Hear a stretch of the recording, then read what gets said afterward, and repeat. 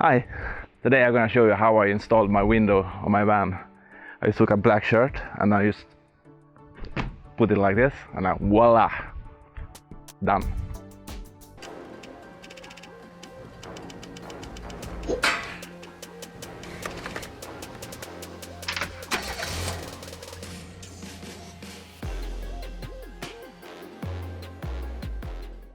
Hi, this is an update how my van project is going.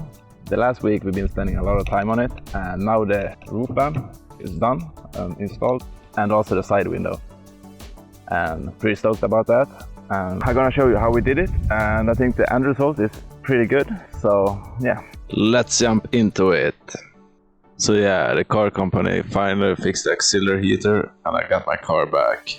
And they gave me some extra tires because it took a really long time for them to fix it.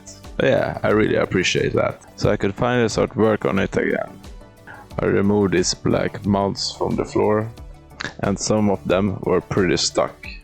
And I continued with some vacuuming, cleaning up. And then I removed the passenger seat. I have some other plans for that area, but I will talk about that another day. And then I took out the carpet real quick, but yeah, the floor did not look that good underneath, so that's something I need to fix. And then I took the pressure washer, tried to blast out all the dirt, make it real clean, but it didn't get real clean. So I took some hot water and some soap and did some hard scrubbing, and eventually I got it pretty clean. Here is some before and after.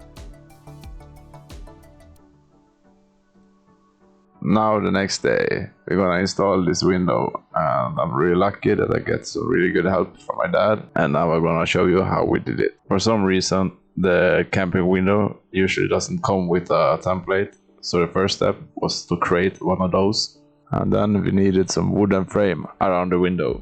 Luckily my grandparents rebuilt their veranda last summer, so they had some leftovers, so I found some good pieces, while my dad and my grandpa admired the lawnmower.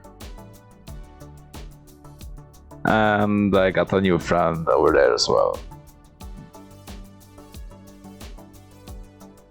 And now to the fun part, the part you don't want to mess up: cutting the hole in the wall.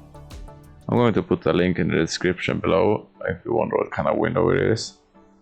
It is a tinted window, and I think it almost cost 2,000. I just decided where I wanted a window, and I took the measurement and ordered a window that seems to fit. And when the hole was done, I added some rust eater. It's not yogurt. And we added some sealant gluey thing around the edges on the window to prevent leaks. And then we just shoved it in and screwed it together with the wooden frame we got. So now it's fixed to the wall, we can just wait and let it dry. So while we're waiting for it to dry, we fixed some other things. One of the hinge on the back door was broken, so we took it out and fixed it up, welded it together, repainted it, so now it looks like new.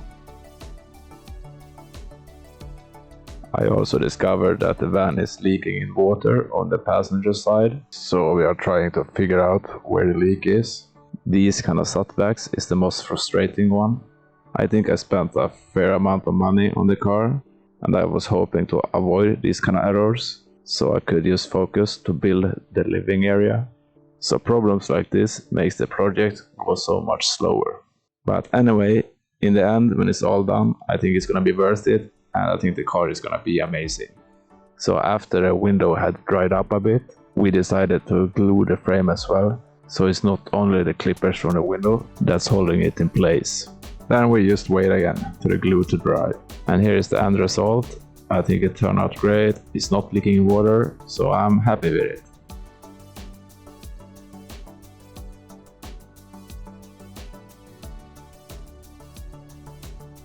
So after a few days, it was time to install the roof fan. We carried up the solar panel and measured out so it fits with everything I'm planning to have on the roof. And we also had to make sure to avoid these support beams underneath. And then it's time again for this part you don't want to mess up, cutting a hole in the roof. And my dad is way more handier than me and have much more experience, so I'm really happy that he doing those things. But now I'm gonna teach you something from my experience. If you're working with some liquid or your beer, for example, don't put it on the floor like this. Put it in a secure place, because it's not a question about if, it's a question about when you're gonna spill it all over the floor. Okay, back to the fan. We needed some type of rubber adhesive to make it nice and tight. Luckily, my dad had some leftovers in the garage, so we put it together nice and tight to prevent leaks, and then we put the screws in.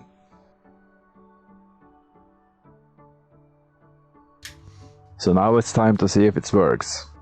I really hope so. Yay, it works! We took one of the batteries from the solar panels and connected with some jumper cables used for testing. And it works perfectly, and I'm stoked. Yeah, that's it for this episode. When we get some more work done, I'm gonna post another update, hopefully soon. Yeah, that's it. Bye.